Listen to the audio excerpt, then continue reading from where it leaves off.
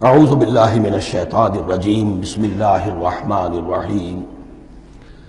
اب ذرا کچھ ضمنی مسائل ہیں کہ جو بعض کفار کی طرف سے، بعض معتزلین کی طرف سے پیش ہوتے تھے، وہ کبھی بھی اس چیلنج کا مقابلہ تو نہ کر سکے، میدان میں تو نہ آ سکے۔ یہ بالکل ایسی بات ہے جیسے کسی مصور کی تصویر پر اعتراض کرنے والے تو بہت تھے۔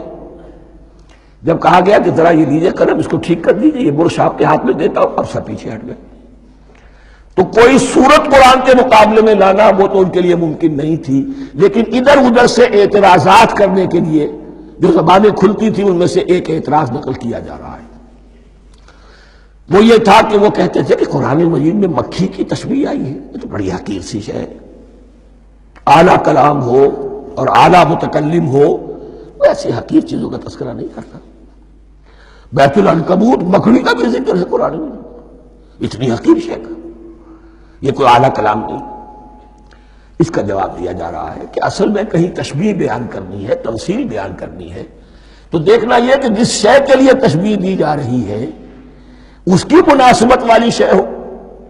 شے کوئی بہت حقیر ہے تو کسی عظمت والی شے سے آخر کیسے تشبیہ دی جائے گی؟ وہ تو کسی حقیر شے سے ہی تشبیہ دی جائے گی تو جو اصل مقصد ہے تشبیہ کا وہ پورا ہوگا۔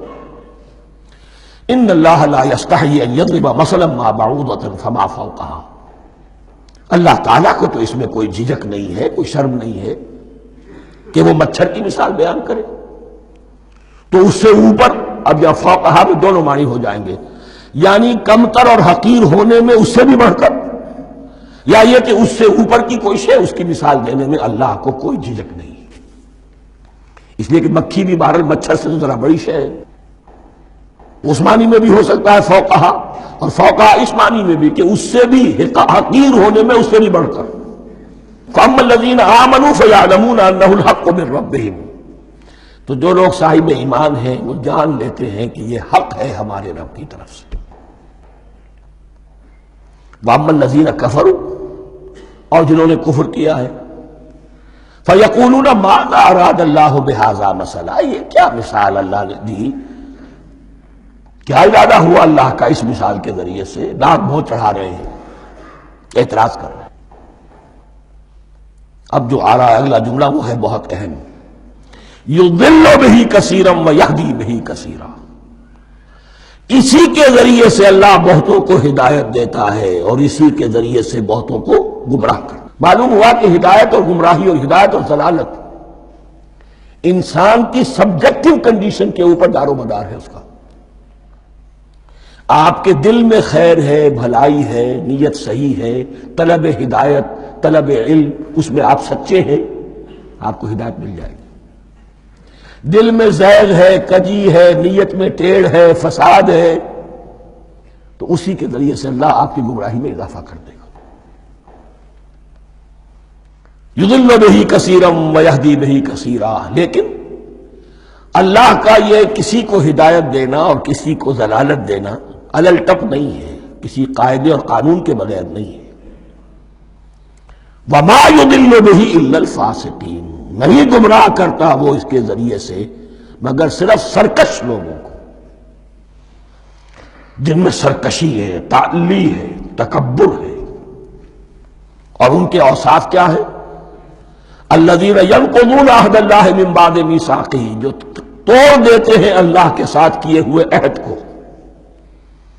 اور سب سے بڑا عہد یہ سورہ اعراف میں چل کر آئے گا، عہد الست۔ عالم ارواح میں ہم عہد الست کر کے آئے، الست بربکم قالوا بلا، کیا میں ہی نہیں ہوں تمہارا رب؟ تمام ارواح نے میں بھی تھا، آپ بھی تھے، سب تھے، کل انسان، جتنے انسان دنیا میں آج تک آ چکے ہیں وہ بھی تھے، اور جو آنے ہیں ابھی قیامت تک وہ بھی تھے، لیکن تھے صرف ارواح کی شکل میں، جسم نہیں تھے۔ اور یہ میں آپ کو بتا چکا ہوں، مکمل وجود ہے انسان کا روحانی وجود۔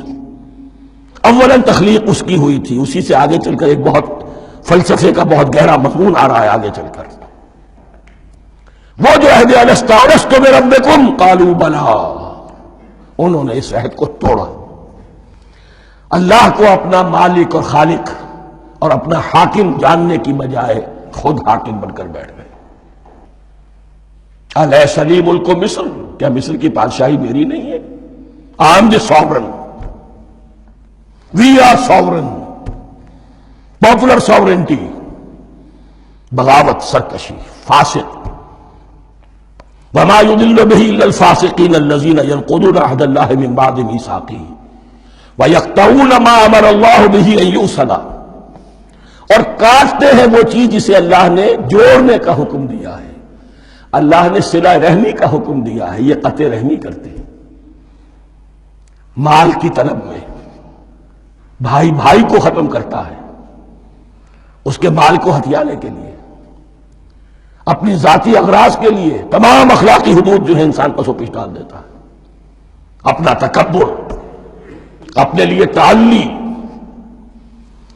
الذین، آپ دیکھیے نوٹ کیجئے، اس میں ہماری شریعت کا فلسفہ یہ ہے، ایک تعلق ہے اللہ کا بندے کے ساتھ، حقوق اللہ، ایک ہے بندوں کا بندوں کے ساتھ، حقوق العباد.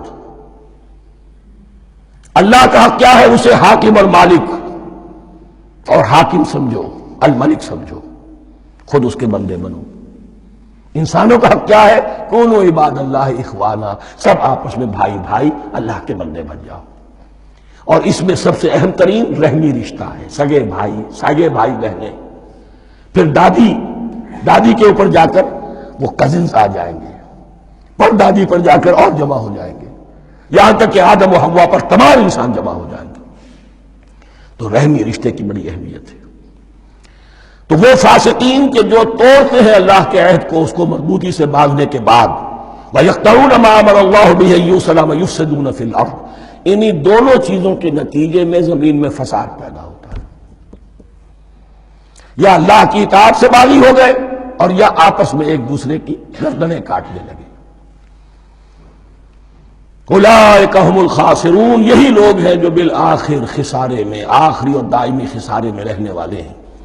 کیف تکفرون باللہ وکنتم امواتا، تم کیسے کفر کرتے ہو اللہ کا.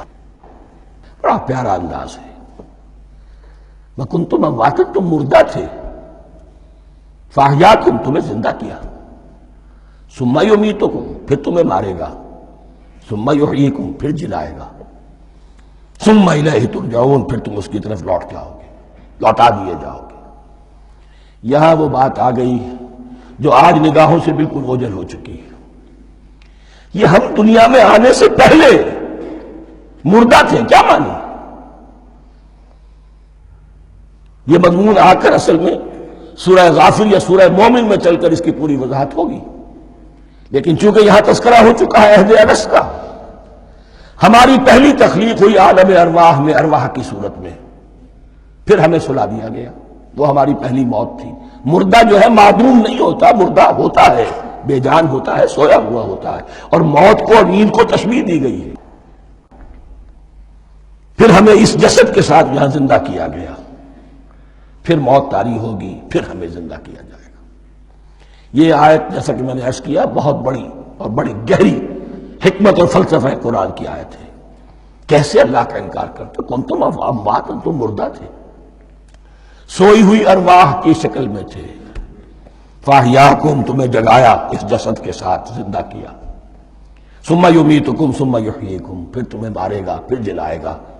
ثم الیہ ترجعون، پھر تم اس کی طرف لوٹا دیے جاؤ گے. اور اب اس کے بعد جو آخری آیت ہے، هو الذی خلق لکم ما فی الارض جمیعا، اس نے تمہارے لیے بنایا ہے جو کچھ بھی زمین میں ہے.